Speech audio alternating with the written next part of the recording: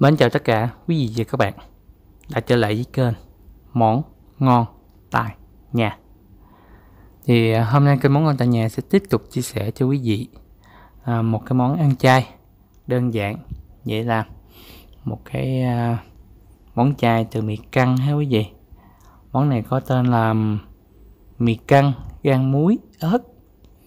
Có hương vị là hơi mặn mặn nè, cay cay nè. Kết hợp với mì căng nó hơi giòn giòn đó quý vị, ăn rất là bắt cơm. Quý vị xem nè, nhìn như là miếng thịt nướng nha quý vị. Mình nhìn đơn giản thôi nha, cho mình không ăn thuần chay nên mình có sử dụng tỏi trong đây nữa đó các bạn. Nè, các bạn nhìn hấp dẫn ha. Cái món này các bạn có thể ăn bún nè, hoặc là ăn mì khô á, rất là ngon. Và thực hiện như thế nào thì mời tất cả quý vị và các bạn cùng vào bếp để thực hiện món này nha.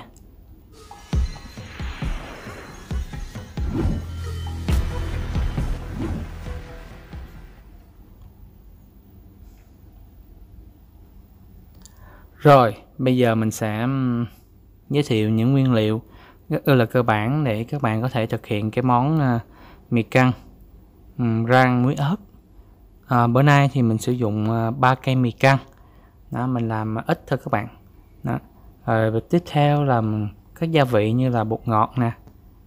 Rồi muối thì mình sử dụng muối cục nha quý vị. Không có sử dụng muối kia, mình sử dụng muối cục. Rồi tỏi, ớt, tỏi thì một tép thôi, ớt thì tùy quý vị. Và không thể thiếu nữa đó là đường nha quý vị. Đó. Và quý vị cũng chuẩn bị cho mình mấy cây que tre để chúng ta xỏ cái phần mì căng này. Nếu quý vị nào ăn thích thì có thể bỏ thêm phần ớt bột nha. Và chúng ta cũng chuẩn bị dầu ăn luôn nha quý vị. Rồi bây giờ mình sẽ bắt đầu làm những cái công đoạn đầu tiên. Về mì căng thì mình sử dụng mì căng loại người ta còn gọi là ruột heo chay đó quý vị. Mì căng này nó có loại mà đặt ruột luôn đó, nhưng mà mình sử dụng cái loại này là loại người ta hay gọi là ruột heo chay đó. Giờ mình sẽ cắt ra một cái cây mì căng thì mình cắt ra khoảng 4-5 khúc thì đó quý vị, khoảng 2-3 cm là được. Rồi những cái que tre này người ta hay xỏ bò viên đó quý vị. Đó thì mình cứ bẻ ra, đo nó hơi dài dài hơn chút xíu nè, dài hơn cái cọng mì căng mình chút xíu. Đó các bạn nhớ cắt bỏ cái phần tre mà mình mới bẻ nè, bỏ cái phần đó cho nó gọn nha, để tránh khỏi mà chúng ta xỏ vô mì căng á, nó bị dính vô chúng ta ăn sẽ không có tốt. Rồi các bạn cứ đo xong rồi các bạn bẻ nha, thì cứ thế các bạn xỏ. 3 cây mì căng này thì làm khoảng được 10 mấy cục thôi quý vị, không có nhiều lắm. Chúng ta có thể làm kết hợp ăn với những cái món khác nữa, sẽ đỡ ngán quý vị. Mà chiên lên á, chúng ta chiên lên á, nhìn nó cũng rất là hấp dẫn, giống như thịt lụi á quý vị. Rồi xong. Rồi tiếp theo á thì mình sẽ đập dập tỏi nha quý vị. Đó, tỏi thì quý vị đập dập, sau đó quý vị cũng băm nhuyễn ra cho mình, cũng như thông thường đó, chúng ta băm vừa vừa cũng được rồi quý vị. Đó, như vậy là được.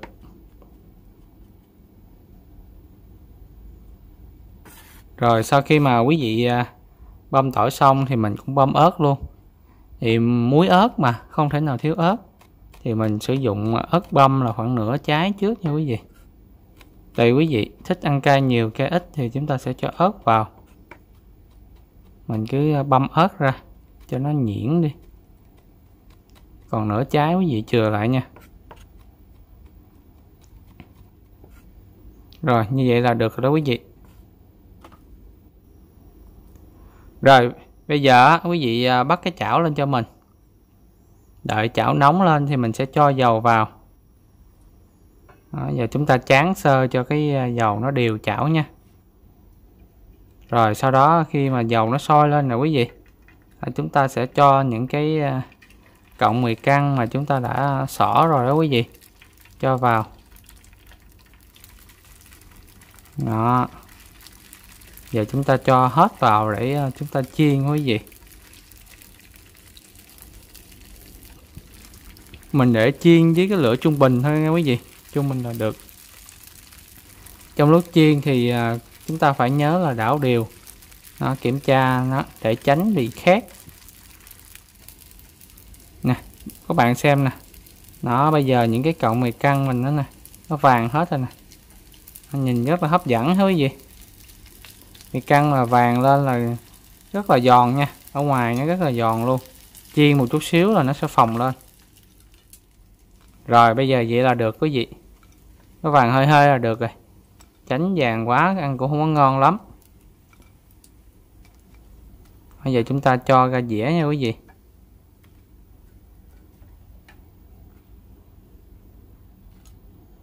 Rồi xong.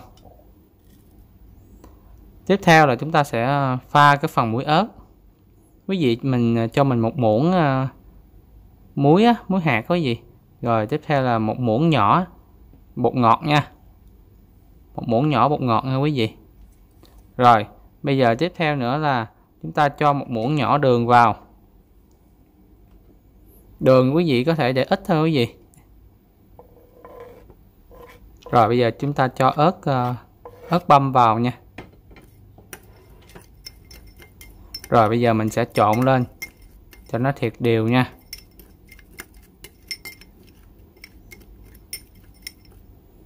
Đó.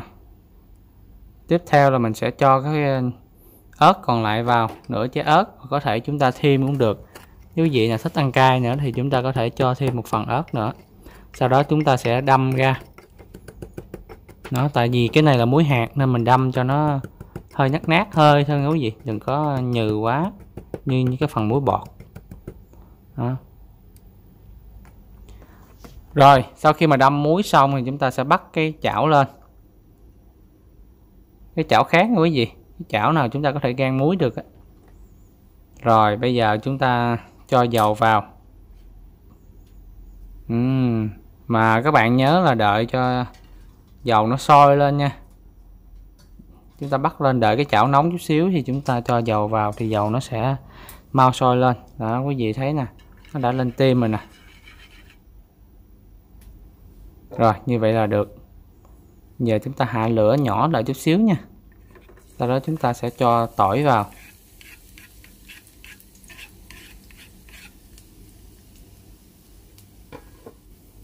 Rồi bây giờ quý vị sẽ cháy khử cái phần tỏi này nè, cho nó hơi vàng vàng lên là được nha quý vị. Đó, nó vàng vàng vậy là được. Rồi lúc này quý vị để lửa thiệt là nhỏ nha, hoặc có thể tắt luôn cũng được. Rồi chúng ta sẽ cho hết cái phần muối ớt vào. Rồi giờ cho hết phần muối ớt vào, chúng ta đảo đều nha.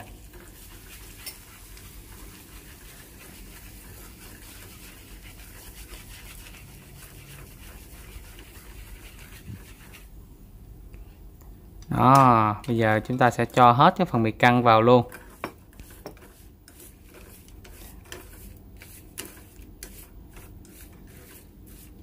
Đó, lúc này để lửa thiệt là nhỏ vào, chúng ta tắt nha quý vị. Chúng ta đảo cho nó thiệt đều nha, cho đảm bảo là cái phần muối ớt nó thấm vô, nó bám đều vô cái phần mì căng mình nha quý vị. Chúng ta cứ đảo đều đi, để quý vị tắt lửa luôn cũng được, tắt lửa luôn đi. Chút xíu mình đảo đều khoảng 1 phút gì đó, chúng ta đảo đều cho đảm bảo cái phần mì căng mình nó thấm vô cái phần thấm hết cái phần gia vị á quý vị. Và chúng ta hãy bắt lửa lên cũng được. Đó, quý vị nhớ bắt lửa thiệt là nhỏ nha, để chúng ta thấy nó hơi vàng vàng lên là được. Khi thấy cái phần muối nó hơi khô khô là được nha quý vị. Rồi bây giờ đã xong rồi nè quý vị. Đó, chúng ta đã hoàn thành xong cái món mì căng rang muối ớt thơm ngon đậm đà. Đó, chúng ta có thể ăn chung với bún rất là ngon. Đó, hoặc là mì gói nè, cũng rất là tuyệt vời. Thì hôm nay kênh Món Ngon Tại Nhà đã chia sẻ xong cho quý vị cái món mì căng rang muối ớt. Xin chào và tạm biệt quý vị. Nếu thích nhớ like, share và chia sẻ cho nhiều người xem hơn. Chào tạm biệt quý vị.